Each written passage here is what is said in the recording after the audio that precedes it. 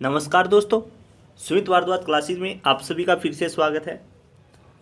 जो आज का हमारा टॉपिक रहेगा वह ईवीएस के अंतर्गत भी आता है और बायोलॉजी के अंतर्गत भी आता है। मतलब कि दोनों में इस टॉपिक से क्वेश्चन दिए जाते हैं और बहुत अच्छा टॉपिक है, इजी भी टॉपिक है। ठीक है, तो आज के टॉपिक का नाम रहेगा, देखिए आज का हमारा टॉपिक का नाम क्या है? जैव विविधता, बायोडाइवर्सिटी।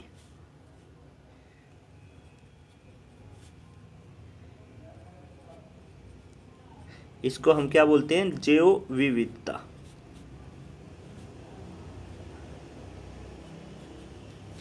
कई बार इस टॉपिक में से क्वेश्चन पूछ लिए जाते हैं। ठीक है, इजी टॉपिक है, कोई लंबी चौड़ी बात नहीं है। ठीक है, बिल्कुल आसान सा टॉपिक है। सबसे पहली बात क्या आती है कि जो जैव विविधता होती है यह होती क्या है? देखिए, पौधे और जंतुओं की जो, ये सभी आपको पता है कि पौधे हो गए, जंतु हो गए, इनकी भी विभिन्न प्रजातियां होती हैं। तो जो प्रजातियां पृथ्वी में उपस्थित हैं उसी को हम क्या बोला जाता है? जैव विविधता कहा जाता है। क्या बोला मैंने? पौधे एवं जंतुओं की क्या है? पौधे और जंतुओं की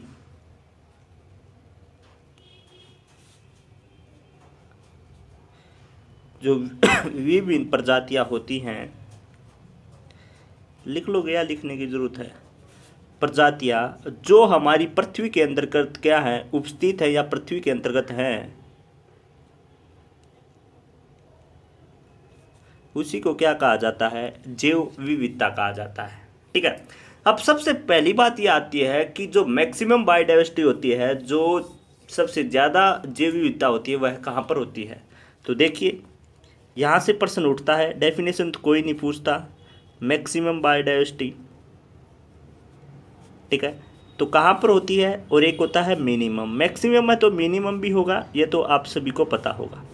ठीक है, तो बताइए कहाँ पर होती है? चलो मैं बता देता हूँ। सबसे ज़्यादा होती है विषुवत प्रदेशों पर। कहाँ पर? विषुवत प्रदेशों पर। और सबसे कम होती है ध्रुवीय प्रदेशों पर। ठीक है, तो क्वेश्चन कई बार यहाँ से बन सकता है कि बताइए जो मैक्सिमम बायोडाइवर्सिटी है ये कहाँ पर होती है? तो ये विषुवत प्रदेशों पर होती है, और जो मिनिमम होता है ये कहाँ पर होती है? ये ध्रुवीय प्रदेशों पर होती है। ठीक है, अब देखिए, जो जैव विविधता है इसका विभाजन 3 भागों में किया गया, या फिर मैं ये भी बोल सकता हूँ कि 3 भागों में इसको बांटा गया। ठीक है, कब बांटा गया? 1972 के अंतर्गत बांटा गया। किसने बांटा? व्हाइटेकर ने बांटा। देखिए, देखो, 3 भागों में विभाजन किया गया। 3 भागों में विभाजन किया गया। कब? 1972 के अंतर्गत। किसके द्वारा?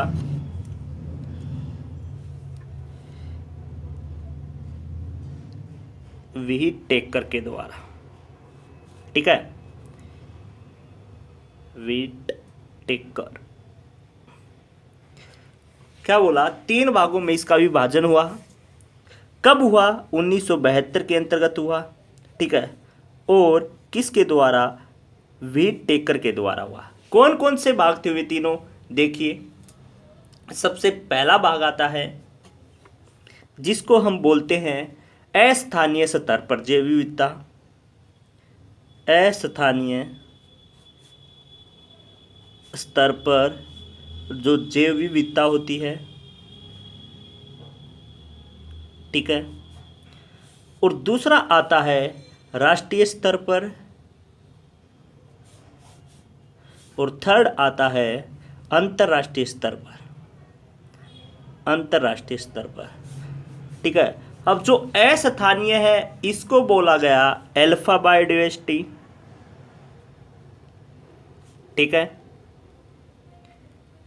और जो राष्ट्रीय स्तर पर बोला गया इसको बीटा, और अंतर्राष्ट्रीय पर गामा। क्लियर? फिर बता देता हूं, इसको 3 भागों में बांटा गया। कब बांटा गया? 1972 के अंतर्गत बांटा गया। किसके द्वारा? व्हाइटेकर के द्वारा बांटा गया। कौन कौन से भाग थे? अल्फा था, बीटा था, गामा था। कई बार क्या करेगा, पेपर में डायरेक्ट दे देगा कि जो राष्ट्रीय स्तर की जैव विविधता है और ये तीनों ऑप्शन में होंगे तो बताइए कौन सा है। तो राष्ट्रीय स्तर का कौन सा है, बीटा है, ठीक है। अंतर्राष्ट्रीय का देखो, अंतर्राष्ट्रीय सबसे बड़ा ये मान लो, ठीक है, गामा हो गया, ये बीटा हो गया और अस्थानीय क्या हो गया, अल्फा हो गया। तो ये तीन भाग थे, तो इनको आपने याद रखना। कई बार डायरेक्ट पूछ लेगा अंतर्राष्ट्रीय स्तर पर जो जैव विविधता है बताइए इन तीनों ऑप्शन में से कौन सा रहेगा, तो कौन सा रहेगा, गामा रहेगा, ठीक है। अब देखिए आगे आगे बात करते हैं। देखो जो विषयों की बात करें हम, तो विषयों में एक मेगा डाइवर्सिटी होती है। जो मेगा डाइवर्सिटी होती है उसके अंतर्गत जो देश हैं उन देश में टोटल 12 देश है, ठीक है, या फिर उन देशों की जो संख्या है वह कितनी है, 12 है, ठीक है। देखिए क्या बोला मैंने, मेगा डाइवर्सिटी,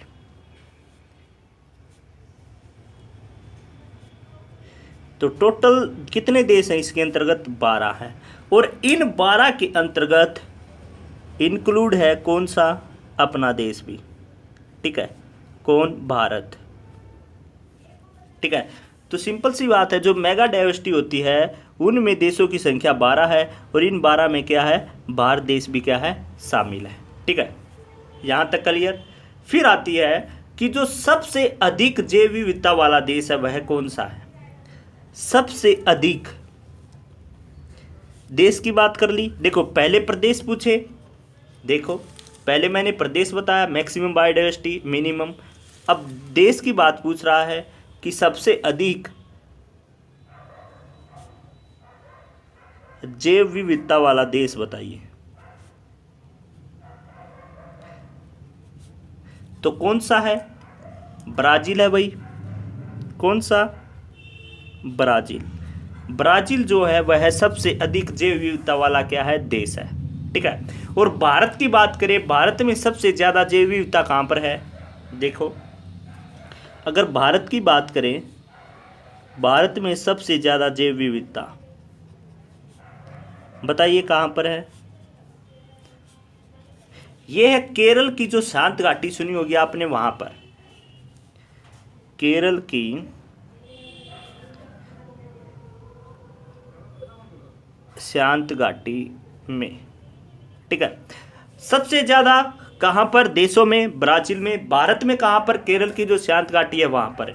यहाँ तक अब तक मैंने टोटल 5-6 क्वेश्चन करवाए हैं। एक बताया है कितने भागों में बांटा, 3, अल्फा बीटा गामा।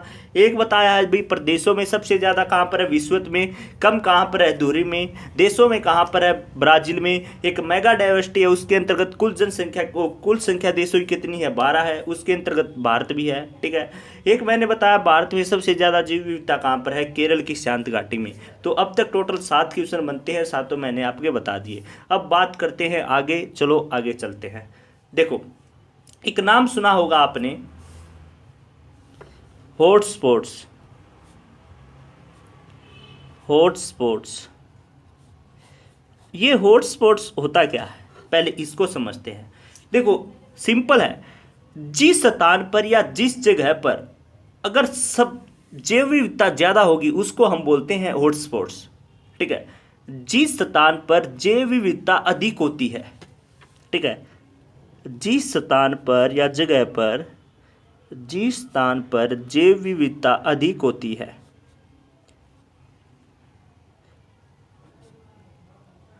अधिक होती है, उसको क्या बोला जाता है, हॉटस्पॉट बोला जाता है।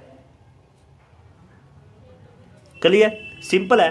देखो भारत में ना टोटल 2 ही हॉटस्पॉट्स हैं, भारत में टोटल 2 ही हॉटस्पॉट्स हैं। उससे पहले मैं आपको एक चीज बता देता हूं, जो हॉटस्पॉट शब्द है ना, इस शब्द का सबसे पहले प्रयोग, देखो हॉटस्पॉट्स जो शब्द है इसका सबसे पहले सर्वप्रथम प्रयोग की बात करूं तो 1988 में हुआ था। देखो हॉटस्पॉट शब्द का प्रयोग सबसे पहले सर्वप्रथम कब हुआ, 1988 में, 1988 में हुआ। किसके द्वारा किया गया था, नॉर्मन मायर्स के द्वारा किया गया था, ठीक है। तो क्या बोला, सबसे पहली बात तो यही आती है कि हॉटस्पॉट होता कहाँ है, तो जहाँ पर भाई सबसे ज़्यादा जैव विविधता होगी वहाँ क्या हो जाएगा, हॉटस्पॉट्स बोल देते हैं। इस शब्द का सबसे पहले प्रयोग 1988 के अंतर्गत हुआ। किसके द्वारा हुआ, एक नॉर्मन मायर्स के द्वारा किया गया। ठीक है, अब बात चल रही है, मैं क्या बता रहा था कि भाई भारत के अंतर्गत टोटल कितने हॉटस्पॉट्स हैं, तो मैं बोल सकता हूँ कि जो भारत में टोटल हॉटस्पॉट्स हैं कितने हैं, 2 हॉटस्पॉट्स हैं। भारत के अंतर्गत टोटल कितने हॉटस्पॉट्स हैं, 2 हॉटस्पॉट्स हैं। ठीक है, कौन कौन सा है, सिंपल है, देखिए 2 हॉटस्पॉट्स हैं। एक हॉटस्पॉट्स है पश्चिमी घाट, ठीक है, और दूसरा हॉटस्पॉट्स है पूर्वी हिमालय, पूर्वी हिमालय। ठीक है, सिंपल, एक हॉटस्पॉट्स है पश्चिमी घाट, एक हॉटस्पॉट्स है पूर्वी हिमालय। कई बार पेपर में क्या पूछ लेगा, देखो डायरेक्ट पर्सन को घुमा देगा। किस प्रकार से घुमाएगा, सुनो, कई बार पूछ लेगा पेपर में कि बताइए जैव विविधता हॉटस्पॉट्स सतलों में शामिल है। आपको 4 ऑप्शन देगा, उसमें ऑप्शन में पश्चिमी घाट भी देगा और पूर्वी हिमालय भी देगा।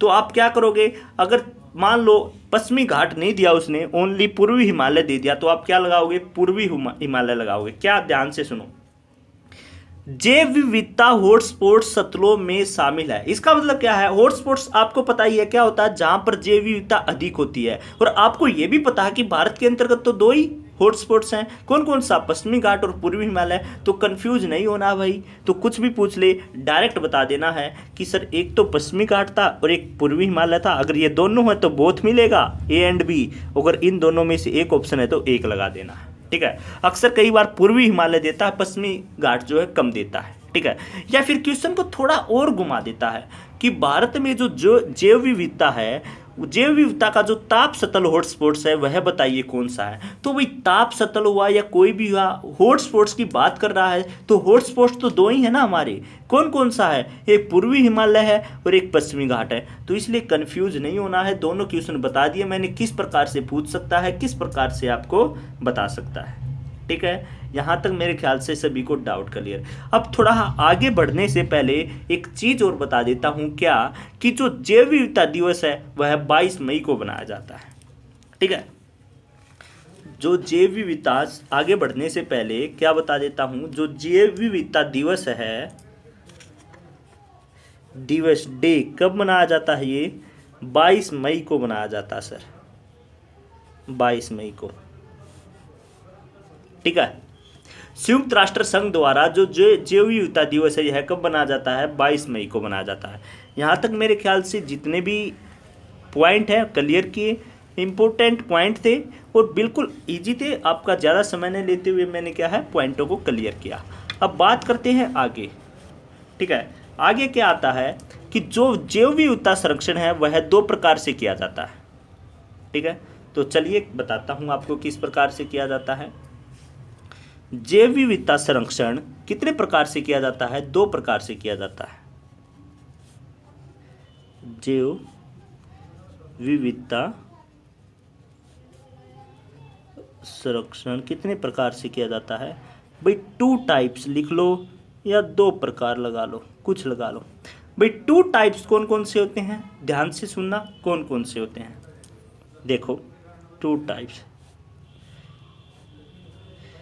एक होता है इन सिटू कंजर्वेशन, इन सिटू कंजर्वेशन,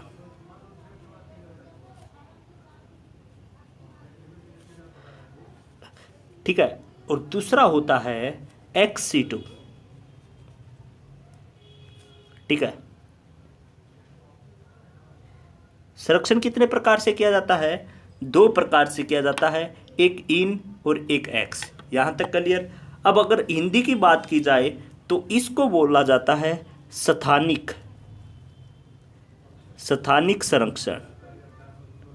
ठीक है, और इसको बोला जाता है अनियंत्रित संरक्षण या फिर अनियंत्रित संरक्षण। क्लियर, 2 प्रकार से किया जाता है, कौन कौन सा, एक होता है स्थानिक और एक होता है अनियंत्रित। अगर स्थानिक और अनियंत्रित याद ना रहे तो सिंपल याद रखना है इन सिटू और एक्स सिटू। ठीक है। अब एक बार इनकी डेफिनेशन और इसके अंतर्गत कौन कौन से आते हैं उसकी तरफ बढ़ते हैं। देखो इन सीटू क्या होता है, जो पौधे और जंतु की क्या है विभिन्न प्रजातियां होती हैं, सबसे पहले बताया जैव विविधता के अंतर्गत आता है।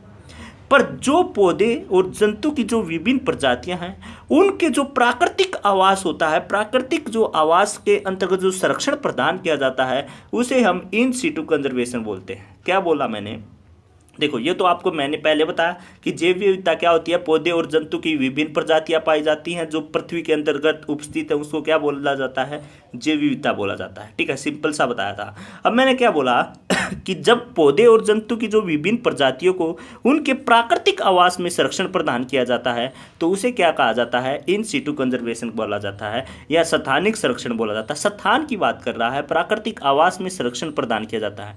डेफिनेशन आप लिखना चाहो तो लिख सकते हो, एक बार दोबारा रिपीट कर देता हूं। जब पौधे एवं जंतु की विभिन्न प्रजातियों को उनके प्राकृतिक आवास में संरक्षण प्रदान किया जाता है तब उसको क्या बोला जाता है, स्थानिक संरक्षण बोला जाता है। मैं एग्जाम्पल देता हूं, पेपर के अंतर्गत उदाहरण ही पूछता है हर बार, तो इसके अंतर्गत देखिए क्या आएगा।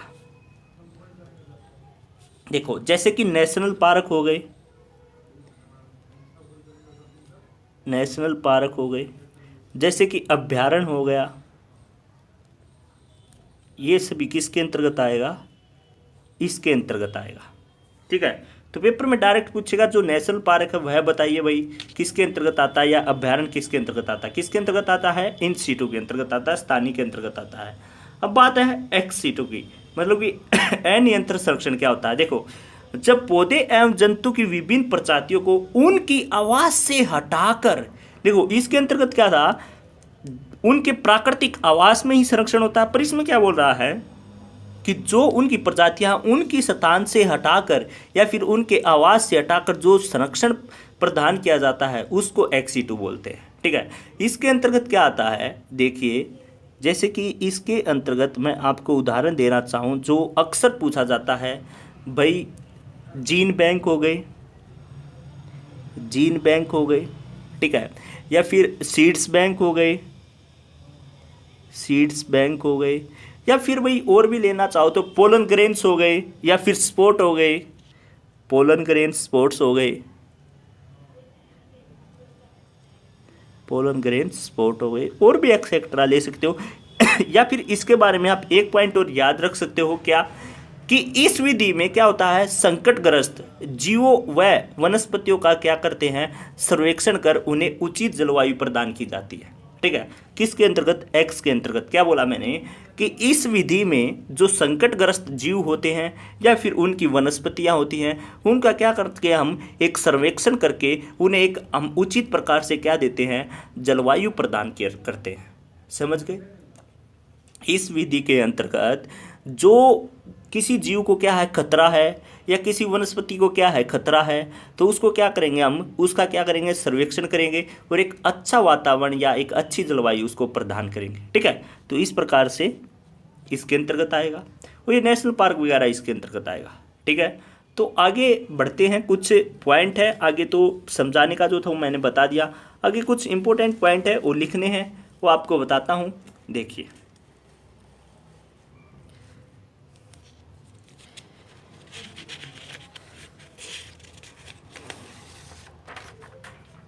देखिए नेक्स्ट पॉइंट क्या आता है, नेक्स्ट पॉइंट है कि जो राष्ट्रीय जैव विविधता कार्य योजना है वह कब हुआ। नेक्स्ट पॉइंट डाल के ये तो लिख लो, आप नोट डाल के लिख लो, नोट राष्ट्रीय, ठीक है, जैव विविधता कार्य योजना कब हुई। ठीक है, एक है जो प्राधिकरण इनका मुख्यालय है, मुख्यालय बताइए, हेडक्वार्टर। ठीक है, देखो जो राष्ट्रीय जैव विविधता कार्य योजना है यह हुई थी 2018 में, सॉरी 18 बोला 2008 में, 2008 में, और इसका मुख्यालय है चेन्नई में।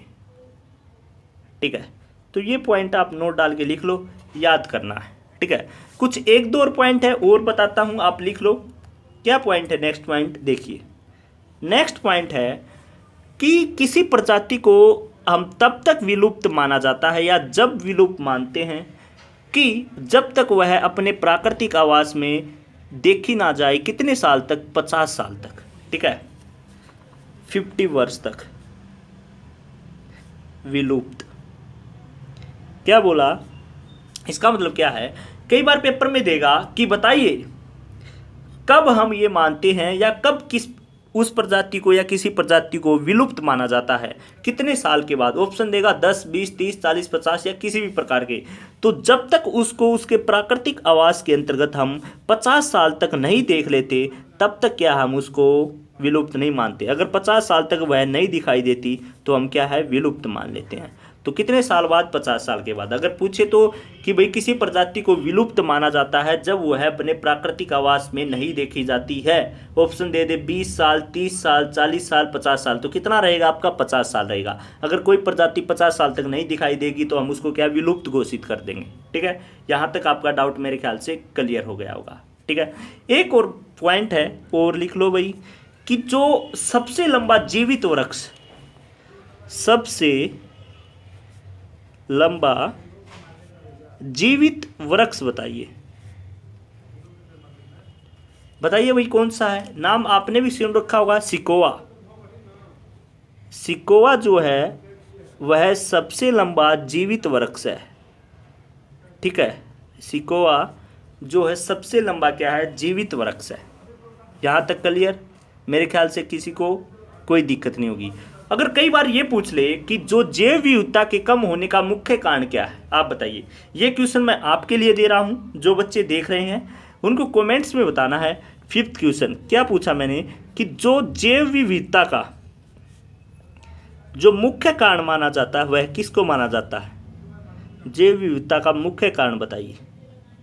भाई पूरा बता दिया, इसके अंतर्गत मैं बता भी चुका हूं। तो अब आपका देखते हैं, जिन जिन बच्चों ने देखा है वह किस प्रकार से ठीक आंसर देते हैं या नहीं देते हैं। ठीक देते हैं या नहीं देते हैं, देखते हैं। इस क्वेश्चन का आंसर मैं बता दूंगा नेक्स्ट वीडियो में, नहीं तो आप बताओ क्या रहेगा इसका। ठीक है, ऑप्शन दे देता हूं मैं आपके सामने। हॉटस्पॉट्स, ठीक है, या फिर अंतर्राष्ट्रीय जैव विविधता, या फिर आवासीय विनाश, या फिर इन सिटू। तो ये आपके सामने हैं 4 ऑप्शन।